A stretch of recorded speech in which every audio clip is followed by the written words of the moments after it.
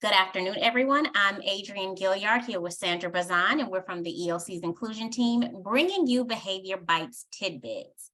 And our tidbit topic for today is the excluded child. Now, last week we talked about relational aggression and the child that is being unkind to others and that says, I'm not your friend. Well, this week we're taking the perspective of the child that is the one that's always excluded. And peer exclusion, or rather when one child prevents another from being a part of a social group, is very common amongst our preschool children. And it is also developmentally normal. You know, it's a normal response from a variety of social problems that young children encounter. And there's so many reasons why a child may be excluded, and it doesn't always have to deal with the other child being aggressive or being a bully. This is when we as teachers have to put on our detective hats yet again and figure out what the motives are. And so some of the motives, a child can be excluded for not behaving in a way that the other children enjoy particularly.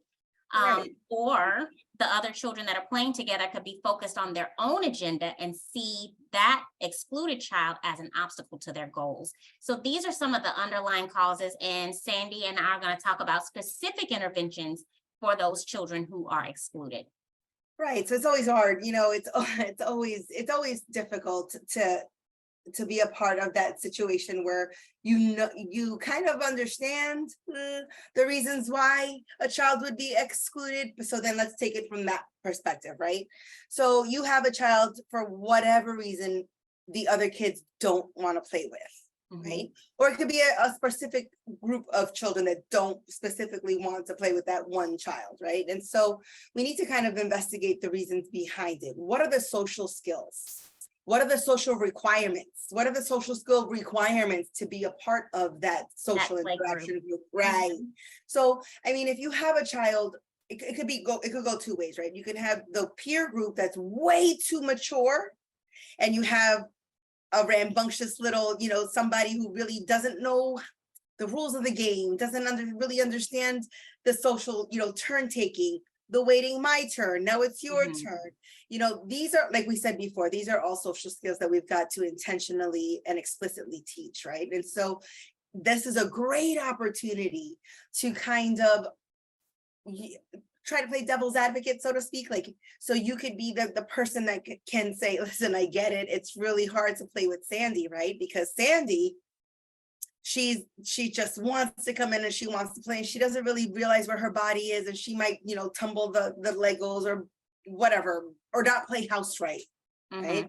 And so maybe I, as the teacher, can offer, like, be the mediator and offer that middle ground, like, hey guys, Sandy, I know it's hard to, but what if I play with you guys and I can help Sandy, and I can help, and I can and I can make sure that your building is safe, or I can make sure that the rules of the game are the way that they're supposed, or I can be the turn taker keeper, I can be for as, but I also don't want to be, take over their play. Right. I don't want to, you don't want to be overbearing. Exactly. I don't want to be overbearing.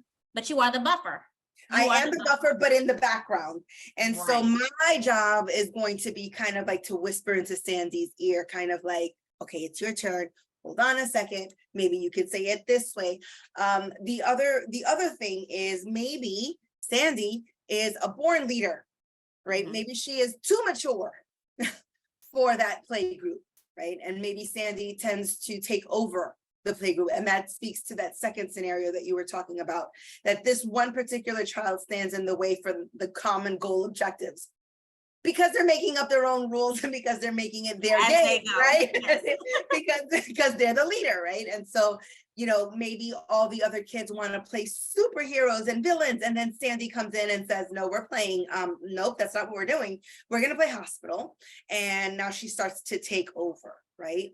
Again, a great opportunity to kind of, be that buffer and say, okay, well, these kids were playing this first. If you want to play hospital, you can go play with somebody else. Maybe they want to join you later, or maybe we could take turn. I mean, there's so many different ways that you can handle this situation, but it's really important to not only address the child that's being excluded, Mhm. It's also really important to address the excluder, right? Exactly. So the And child, Sandy, right, you're still, you're covering a lot of different things here. When you are playing with the child, that when you step into that play group and you kind of, like you said, whisper in the child's gently. ear saying, well, let's do this. And, when they do this, not only are you showing them how to enter into that peer group, you're also still establishing relationships with their other children are like, you know what, Miss Sandy gets it. She understands, you know, so Yeah. you're still establishing those relationships and you're allowing them to play well together, teaching them Right. the rules of those Right, social because I become like, you remember the game tag? You remember that safe space where you had to run? I become the safe space as the adult, right? So right. I become, well, oh, okay, fine, I'm right here. The point is to be proactive. The point is not to interfere, more so Mhm. guide and kind of Absolutely. like, and more so like model before the problem exists, right? Right. So, if the child that's being excluded, that the problem is waiting his or her turn, well, then Mhm. give a little bit of support. It's almost your turn. I'll set a timer, 30 more seconds. Okay, and you can prep them, okay, Timmy, first it's gonna be Monica's turn, and Mhm. then Tommy's gonna go, and then it's your turn, That's right? positive behavior guidance. Like you were You know what I already mean? So right. I'm explaining what to expect. I'm Mhm. also still there physically present because I am the safe space. I'm the safe space for the kid that's always excluded because they have a hard time. And I'm Mhm. also the safe space for the kids that are excluding and they have a real reason. Because let's Mhm. be real, Adrian, not all the children in our classroom are easy to play with. Right. It's not. That's Very a true. that's a beautiful fantasy world that I'd love for all of us to live in, but that's not the truth of it. And the Mhm. truth of it is we have many different personalities. And the truth of it is that we do need to listen and really allow for our children to express their wants and their needs, Mhm. both sides.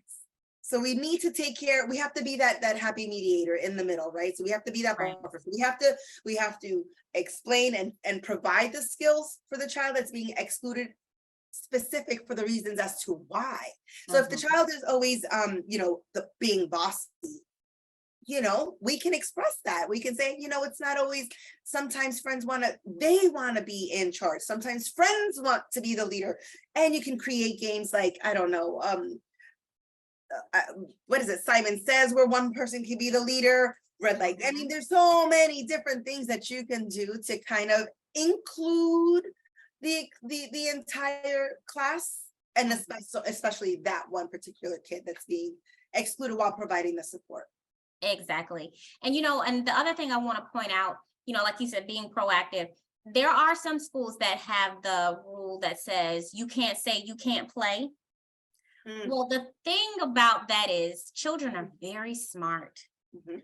and they have their own cultural and social norms in the classroom. And so they'll Absolutely. be able to um Navigate still that. exclude, they'll be able to navigate that without you even knowing. They can Right. fly right under the radar with that. So this is why, like Sandy, like you were saying, it is so important just to be proactive because what that teaches is them how to manipulate social Right. situations to The their other thing is, advantage. yeah, but the other thing is, give the opportunity for that kind of a play.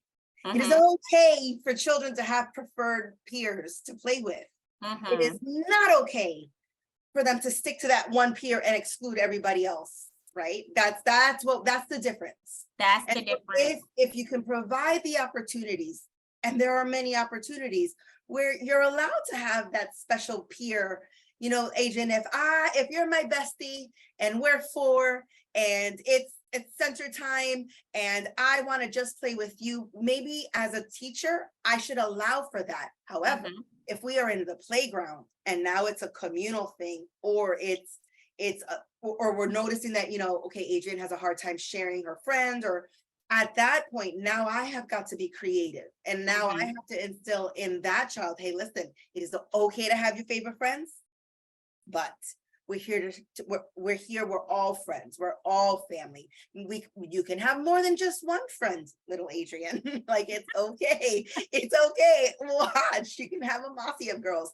Like we can, there's a way to rally everybody, right? To rally everybody and to teach conflict resolution, because what you're doing is pretty much teaching conflict resolution instead of just Instead being of saying no, overbearing or hanging back to let them right, get it out. instead of being on my phone, Right.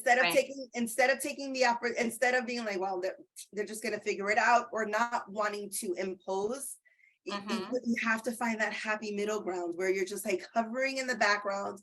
You come in, you come out. It's almost, like you come in, you come out, you watch and see, and then you model as you go along, and Mhm. then and provide so much reinforcement.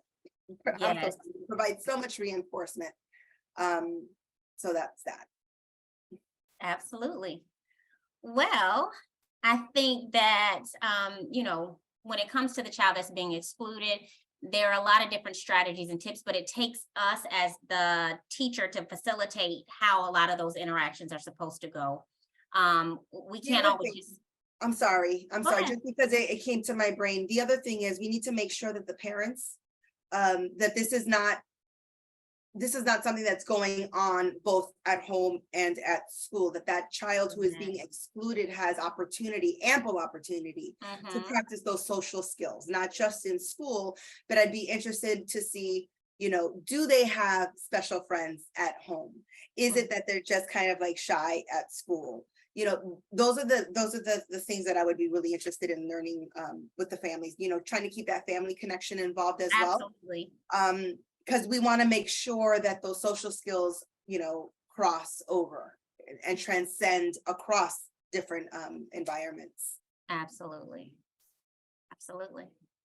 All right. Well, thank you, Sandy, so much for sharing some of those strategies and tips for how we deal with the excluded child. And if you are still experiencing challenging behaviors in your classroom, you can always reach out to Debbie Kay on our warm line, where the number is 954-295-0672. And if you have found this video and other videos of ours helpful, please like, share, and subscribe. See you next time, everybody. Talk to you later.